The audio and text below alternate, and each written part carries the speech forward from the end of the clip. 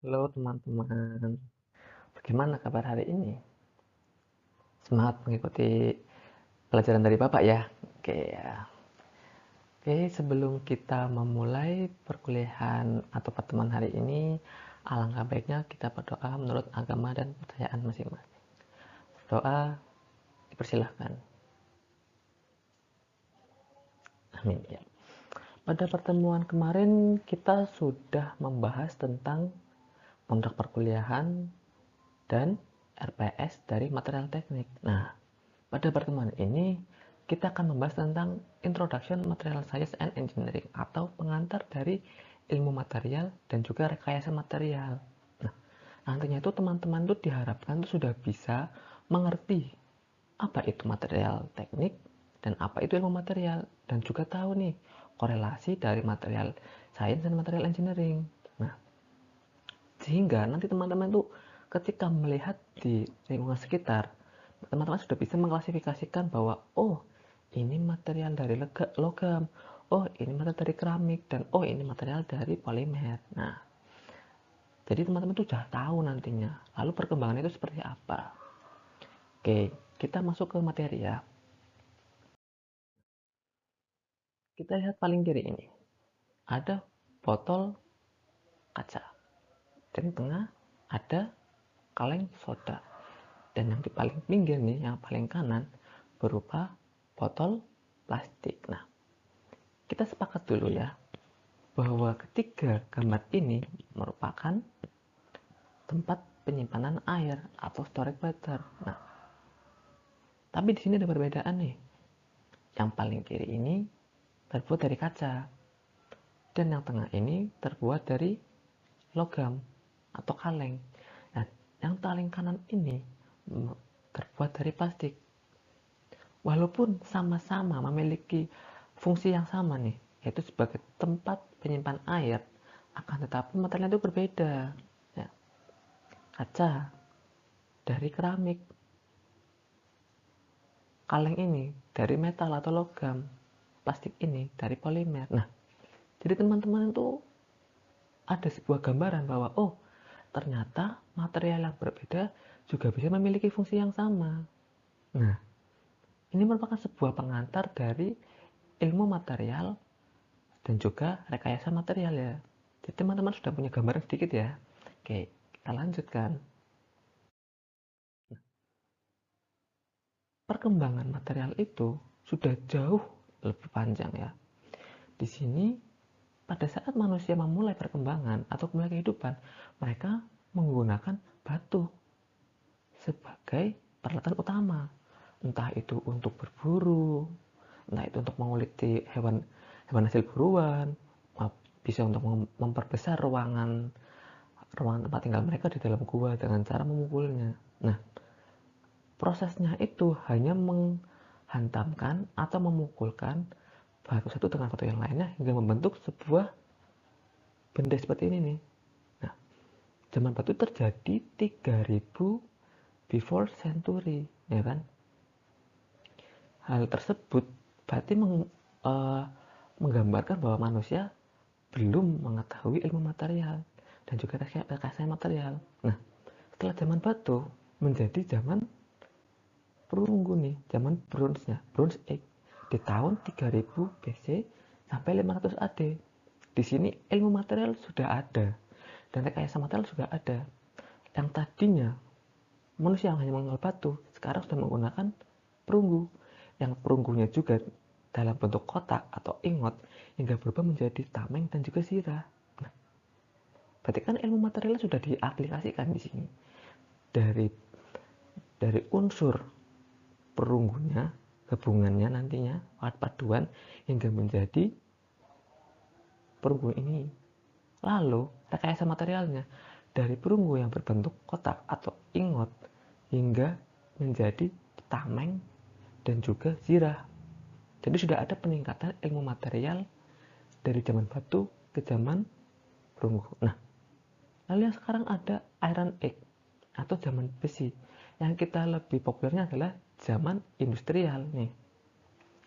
Di zaman industrial, di tahun 500 AD sampai zaman sekarang ini, manusia sudah bisa menggunakan berbagai bahan atau berbagai material, bisa dari besi, dari baja, bahkan emas juga bisa digunakan, ya kan.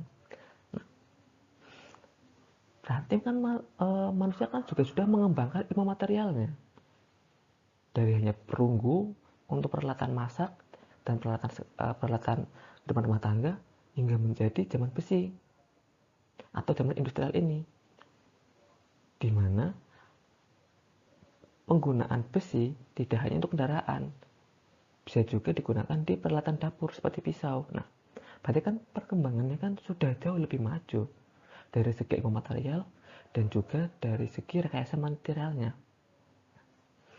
Teman-teman berarti sudah ada itu ya, insight ya, atau pemikiran tentang, oh berarti nih perkembangan materialnya itu dari zaman batu lalu ke zaman perunggu dan ke zaman industrial ini nih, ke zaman besi. Nah, kita lanjutkan. Tadi apa sih itu material science?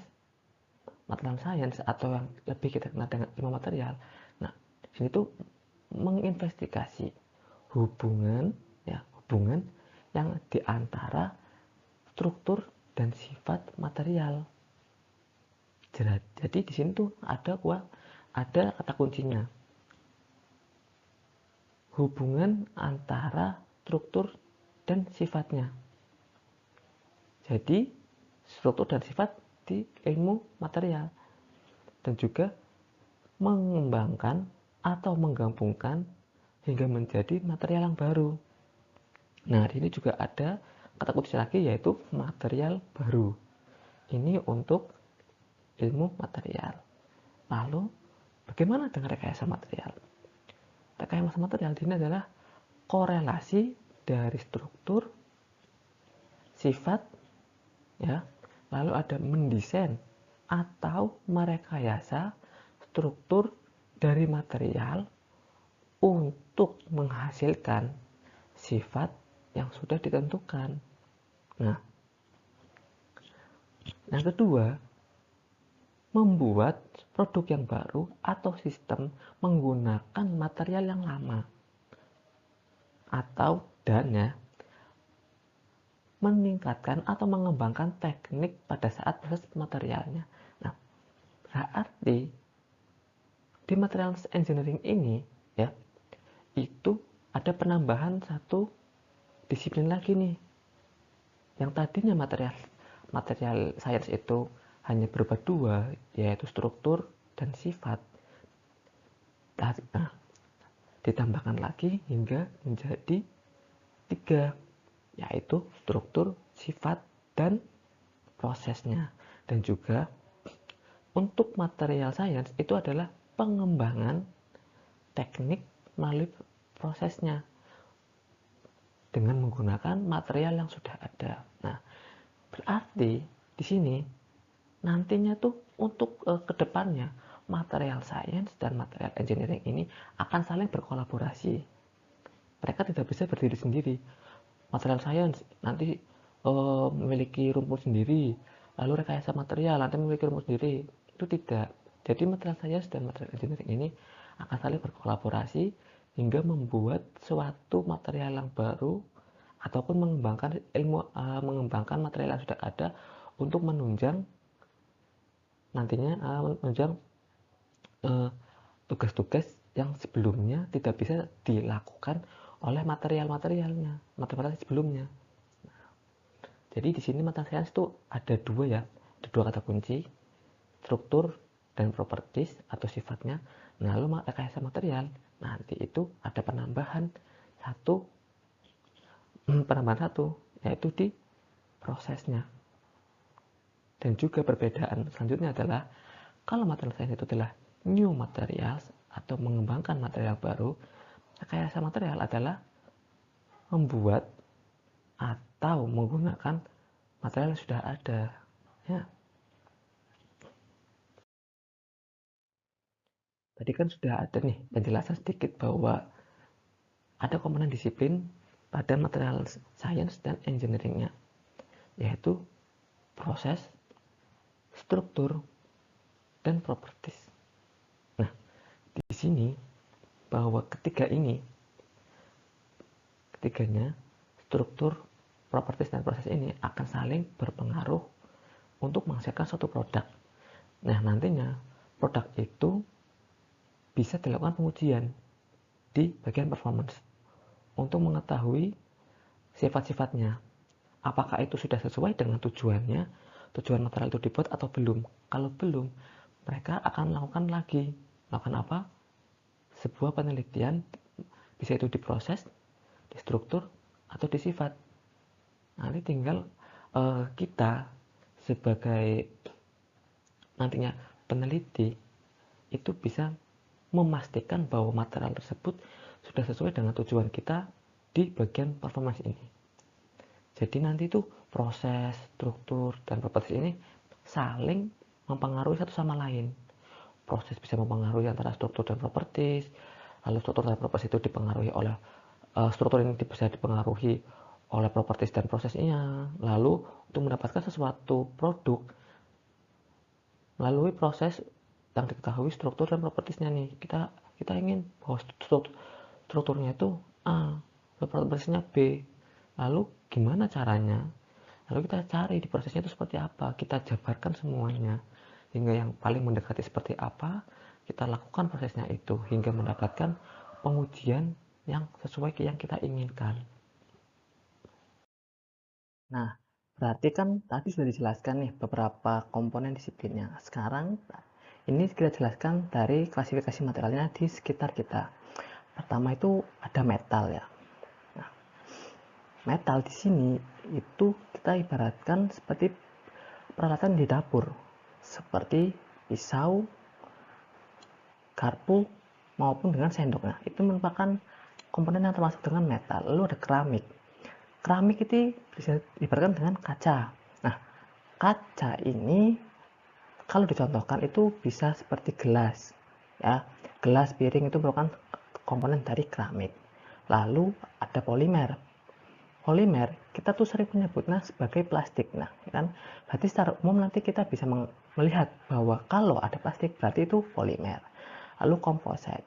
Komposit ini merupakan gabungan dari dua atau lebih material yang dasar. Nah, bisa metal dengan keramik atau keramik dengan polimer ataupun dengan metal. Nah, ini merupakan material yang dasar.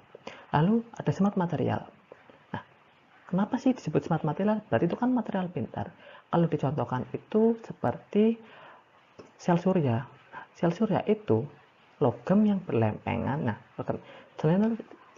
logam yang lempengan tadi ketika diberi rangsangan atau diberi respon oleh cahaya matahari nanti akan menghasilkan listriknya. Lalu ada biomaterial. Di sini biomaterial dicontohkan untuk alat-alat kesehatan.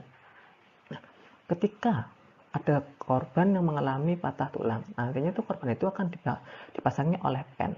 Pennya itu harus memiliki kesesuaian dengan tubuh manusia sehingga tidak menimbulkan komplikasi. Nah, lalu ada nanomaterial nih. Nanomaterial berarti kan material yang dengan ukuran nano yang sangat kecil dengan tujuan yang spesifik. Lalu bagaimana dengan kesimpulannya untuk pertemuan hari ini? Nah, kesimpulannya yang pertama adalah pengembangan material di masa depan akan adanya kolaborasi antara material sains dan juga material engineering. Yang kedua, 3 komponen dasar material berupa metal, keramik, dan polimer. Sementara komposit merupakan kombinasi dua atau lebih dari material dasar ya. Lalu untuk pertemuan selanjutnya kita akan membahas jauh lebih dalam dari material-material tersebut. Yang tadi ada metal, keramik, polimer, komposit, dan advanced material seperti smart material, lalu ada biomaterial, dan juga ada nanomaterial. Nah, untuk pertemuan hari ini kita sudah selesai. Sebelum kita menutup perkuliahan hari ini, alangkah baiknya kita berdoa menurut agama dan percaya masing-masing. Berdoa dipersilahkan. Selesai. Oke, sampai di sini ya dulu pertemuan kita. Tetap sehat, tetap semangat. Sampai bertemu di pertemuan selanjutnya.